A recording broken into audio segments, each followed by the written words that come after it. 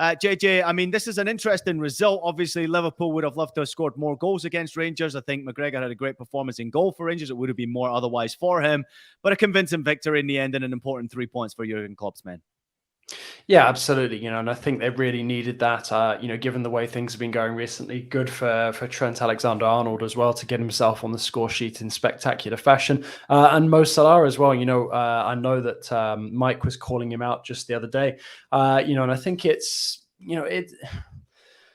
feels a bit too early to sort of write Liverpool off and dismiss them. But then again, we debated on Monday, the fact that this is history repeating itself for Jurgen Klopp. And I think, when you've got those winnable games in front of you, which with all due respect to Rangers, that was for Liverpool, you really need to take the opportunities to relieve some of the pressure. And they've done that, and they've got themselves in a position now where they can still look at this group and think, okay, we can get out and finish in the top two. Because let's not forget, it went to the last round of games the last time that Liverpool were in the same group as Napoli. They were in it with PSG as well, and it was the Italians who ultimately dropped out and dropped into the Europa League. And I think Liverpool, avoiding these kind of banana skin games, especially while Napoli are, on this kind of tear, that really, should settle a few nerves, certainly as far as the continental competition is concerned. But I still think that there's a long way to go, for us to really say that Liverpool are back and, are coming up to something close to their best. I don't really need to add much to the game there. JJ always covers everything, doesn't give me much to say. So I'm going to take this in a different direction. JJ, you're an intelligent sports writer. You know a lot more about football than Ian does. That is a lot more praise. about football than Ian does. How do you think right now Nuñez is feeling? When you think about Nuñez coming in, and obviously you're seeing the impact that Haaland is having for Manchester City. I mean, I saw one of the chances he had today. Do you think that there's a burden on him in the sense of he's seeing what Haaland is doing? Everyone's talking about Haaland, and obviously Nuñez is coming as a big signing for Liverpool, and he still just hasn't really found his feet or not showing really tremendous glimpses of great hope. How do you think he's feeling? What's your thoughts on him so far? No, it's a really good question. I mean, I do think that there is probably an element of pressure that he's putting upon himself, certainly after that suspension that he picked up in the Premier League. And I think, Jurgen Klopp saying the right things, having looked at his pre-match press conference, quotes, trying to make it more of sort of a team issue as opposed to an individual issue. But also at the same time, I think these kind of teething issues were inevitable when you bear in mind that, you've got Nuñez coming in, Sadio Mane's come out. That's two completely different players. That changes, the complexion of the attack entirely.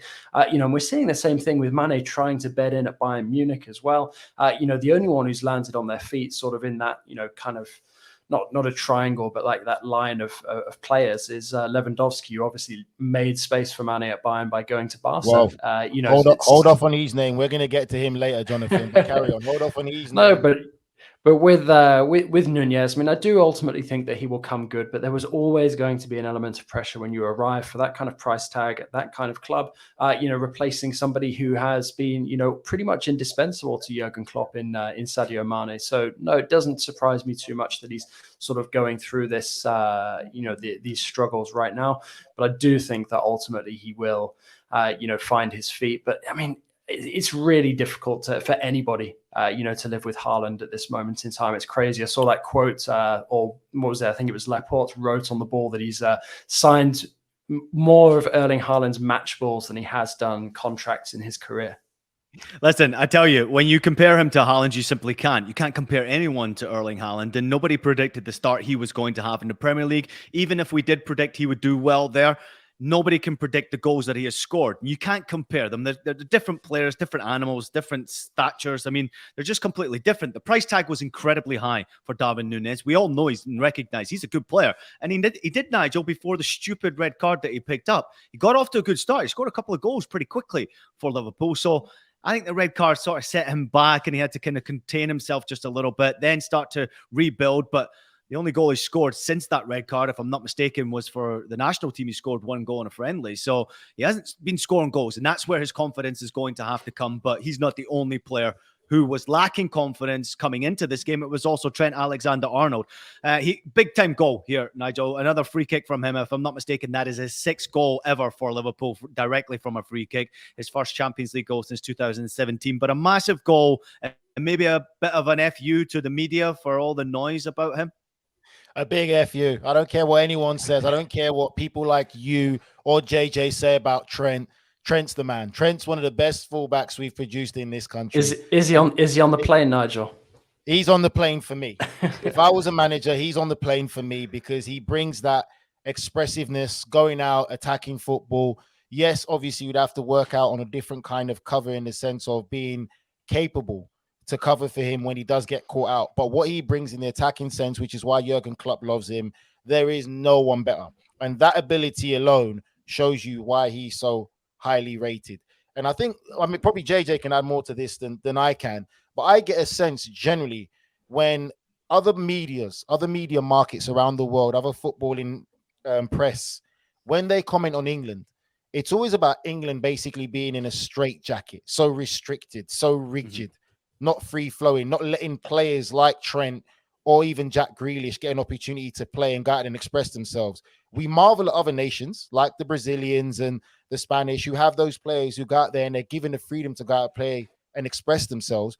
England has some of those talented players, but we never give them that freedom to express themselves. We want to restrict. Who's the ones though, Nigel? Nigel, listen, this is your show. Who's the one that you are maybe upset with, the media members that you don't like? I mean, you know, I'm listening to. Oh no, I think the English press plays a part. The English press plays a big part. But which ones? Are you talking about ex-professionals? Are you talking about guys on the radio, the media, the newspapers? What are you talking about? I'll probably say it's a lot more journalists and sports writers than it is probably ex-professionals, because obviously the times have changed now, and I think it's also not catching up with how the modern game has changed. And what happens with the English media, I feel, is there's this arrogance where we believe that the Premier League is it. That's it. Don't get me wrong, the Premier League is one of the top leagues in the world, but there's other talented football players all around the world, and it's respecting other nations, their style of play and how they want to play the game. And for me, we have the talent, but we restrict our talent so much. And I think for the Trent thing, it was a fantastic goal. It was a big FU to the media, and I'm very happy for the young man. I think as well, you know, there's an aspect of Alexander-Arnold being made like a scapegoat for Liverpool's struggles when, you know, again, you know, Klopp was saying when he was asked about Nuñez how it's a team issue, not an individual issue. And again, with Trent Alexander-Arnold, he was the same. It's more about, you know, how the team functions. Went into, you know, quite impressive detail about that. And I do think, you know, that is, you know, quite a good show of responsibility from the German, because he's, you know, he recognizes that there are parts of that team that have been failing until recently, and that's left guys like Alexander-Arnold exposed and left Nuñez kind of carrying the can as the guy who needs to score the goals to make them look, you know, less bad. And I think for Alexander-Arnold, he really does pay the price at times for sort of the collapse of the Liverpool midfield so far this season. I think when they do get back to full strength and, you know, with a midfield that can function properly all of the time, you know, I do think that he will be able to express himself better in his game.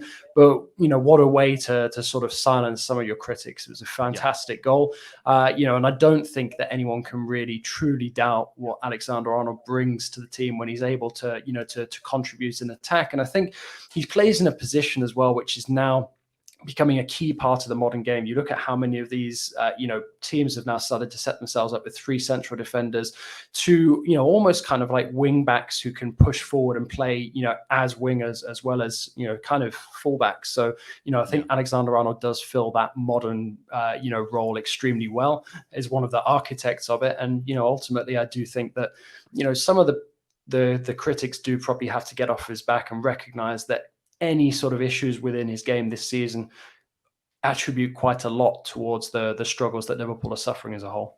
For me, he goes on the plane just because of the fact of his ability on set plays and his crosses into the box. On set plays, the direct free kicks, obviously, I'd love to see more from him, direct free kicks. But the free kicks into the box, and how dangerous England can be on set plays, I think you have to take him for his ability. And I still say this, he's the best right back in the world for me, as far as I'm concerned. And people can criticize his defensive jobs, but a right back is not a defender anymore. A right back is what you do going forward. It's a different game from what it was even when we played. It's such a different game. It's completely different. And I'm happy for him.